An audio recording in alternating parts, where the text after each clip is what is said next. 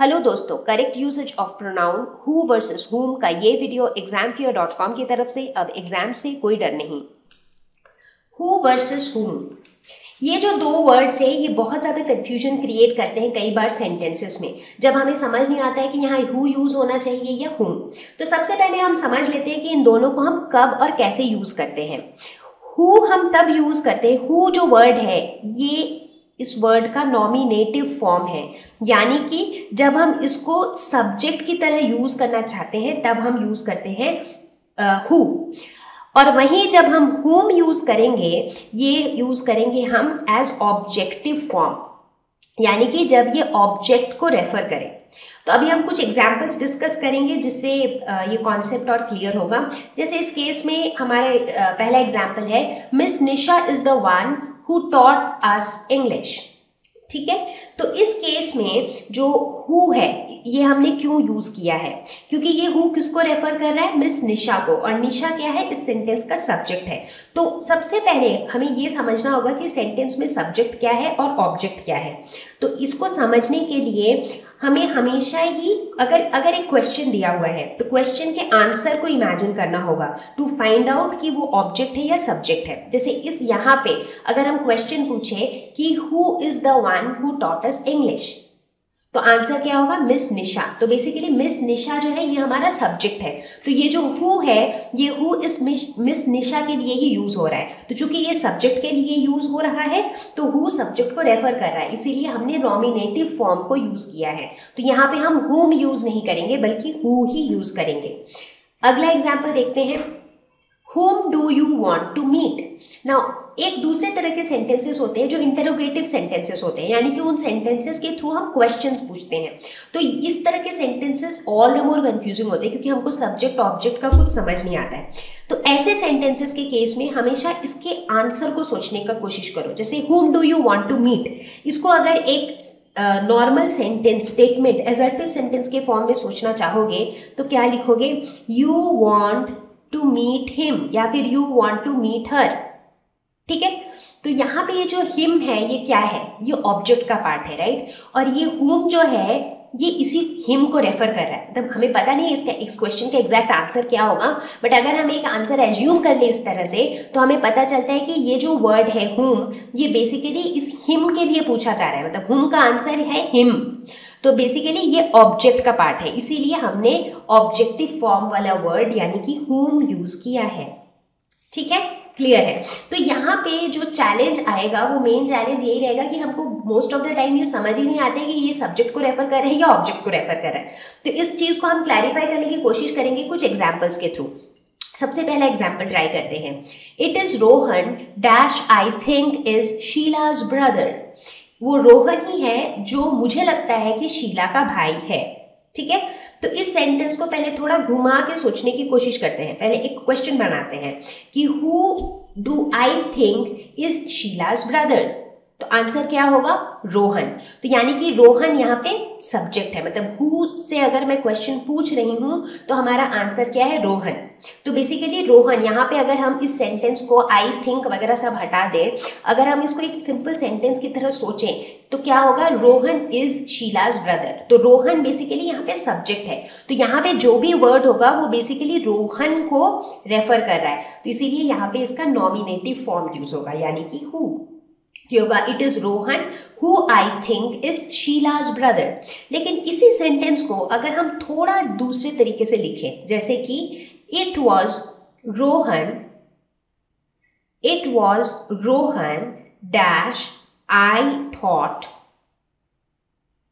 To be Sheela's brother.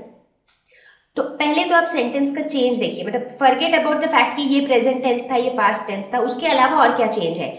यहाँ पे हमने लिखा है कि who I think is Sheela's brother, यहाँ पे हमने लिखा है कि who I thought to be Sheela's brother.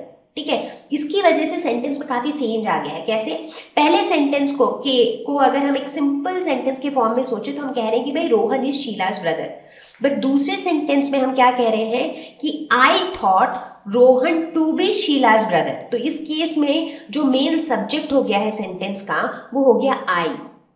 क्योंकि यहाँ पे हम डायरेक्टली ये बोल नहीं रहे हैं कि रोहन इज शीलाज ब्रदर, हम कह रहे हैं कि मैंने सोचा Rohan to be Sheela's brother. ठीक है, तो सेंटेंस थोड़ा इनडायरेक्ट हो गया, थोड़ा घुमाया हुआ हो गया। तो इस केस में जो है यहाँ पे हु होगा या हुम होगा, इट, यहाँ पे जो रोहन है वो ऑब्जेक्ट का पार्ट बन गया, क्योंकि यहाँ पे आई जो है उसका रोल ज्यादा हो गया इस सेंटेंस में कि I thought Rohan to be Sheela's brother. ठीक है, तो इस केस में क्या हो जाएगा, ये हो जाएगा whom। तो एक सिंपल ट्रिक मैं ये देना चाहूंगी, जब कभी भी आप सेंटेंस के वर्ब पे फोकस कर सकते हैं।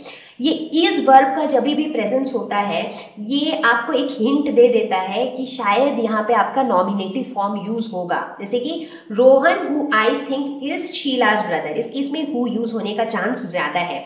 उसी तरह जब कभी भी टू बी का यूज दिखे आपको, उस केस में आपका यहाँ पे हुम यूज होने का चांस ज्यादा है। इसको आप ऑब्जर्व कर सकते हैं, जैसे आप ज्यादा से ज्यादा एक्सरसाइजेस प्रैक्टिस करेंगे वहां पे आप इस चीज को गौर कर सकते हैं। आगे का एग्जाम्पल देखते हैं। Rishi dash we believed to be honest has been punished just now. मेरे ख्याल से इसको आप बहुत जल्दी से बता सकते हैं आंसर। ऋषि जिसे हमने बिलीव किया, टू बी ऑनेस्ट, हमने सोचा टू बी ऑनेस्ट। तो यहाँ पे कौन सा वर्ड यूज हो रहा है, टू बी है यहाँ पे। तो आई थिंक आपको पहला हिंट मिल गया कि यहाँ पे क्या आएगा। यस, यहाँ पे आएगा whom। Rishi whom we believe to be honest has been punished just now। लेकिन इसी सेंटेंस को अगर हम घुमा के लिखें कि ऋषि whom, अगर हम इसको ऐसे लिखें कि ऋषि dash we believed is honest, तो यहाँ पे क्या हो जाएगा, has been punished just now। मतलब आगे का सेंटेंस सेम रहेगा।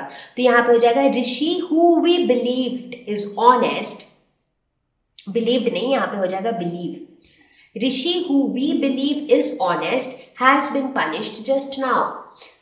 तो दोनों सेंटेंस में फर्क है। जब हम इस सेंटेंस की बात करते हैं तो यहाँ पे हम ऋषि को सब्जेक्ट की तरह ट्रीट करेंगे, ऋषि जो हमारे हिसाब से ऑनेस्ट है। और इस सेंटेंस में हम क्या कह रहे हैं कि ऋषि जिसको हमने बिलीव किया टू बी ऑनेस्ट, राइट। तो इस केस में ऋषि जो है ये ऑब्जेक्ट के फॉर्म में आ जा रहा है, तो इसीलिए यहाँ पे हुम आ रहा है और यहाँ पे हु आ रहा है। बट एक बहुत अच्छा ट्रिक होता है ये इज और टू बी का प्रेजेंस देखना, उससे भी काफी हिंट मिल जाती है।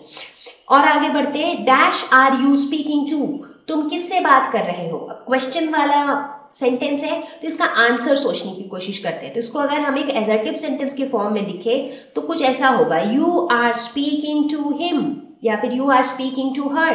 तो बेसिकली ये हिम का ही क्वेश्चन है यहाँ पे। तो हिम क्या है, ऑब्जेक्टिव फॉर्म में है, तो यहाँ पे क्वेश्चन भी ऑब्जेक्टिव फॉर्म में होगा, यानी कि whom are you speaking to. और आगे बढ़ते हैं। Dash do you think is the best politician in India. तो यहाँ पे क्या है, ये जो डू यू थिंक वाले क्वेश्चन होते हैं ना, यहाँ पे इज और टू बी पे फोकस करके ही आप आंसर कर सकते हो आराम से। तो यहाँ पे क्या है, इज है। तो आपको क्या लगता है कि यहाँ पे क्या होगा, नॉमिनेटिव फॉर्म यानी कि हु। जहां भी इज रहे वहां पे हु ही होता है, जहां टू बी रहे वहां पे हुम होता है। ये जस्ट एक हिंट है, बट आई थिंक आपको कॉन्सेप्ट समझ में आ गया कि हु कहाँ यूज होता है और हुम कहाँ यूज होता है, राइट। लेकिन इसी क्वेश्चन को अगर हम ऐसे पूछते कि dash do you think to be the best politician in India, तो हो जाता whom do you think to be the best politician in India. लेकिन जब आप इज लगा रहे हो तो ये हो जाता है who do you think is the best politician in India. तो आई थिंक ये थोड़े बहुत हिंट्स वगैरह के साथ मैं आपका हु और हुम का कंफ्यूजन क्लियर कर पाई होंगी। ये बहुत इंपॉर्टेंट कॉन्सेप्ट्स है, क्योंकि कई बार जो आपके करेक्शंस ओमिशन वाले क्वेश्चंस होते हैं उसमें ये सारी कॉन्सेप्ट्स हेल्प करती हैं। Thank you. Please visit examfear.com for free quality education. You can learn with a simple 4-step learning process wherein you can watch video lessons, you can ask your questions, you can refer notes, and you can take a free online test. We have content for class 6 to 12 on physics, chemistry, mathematics, and biology along with practical videos. So please subscribe to our channel for daily updates. Thank you.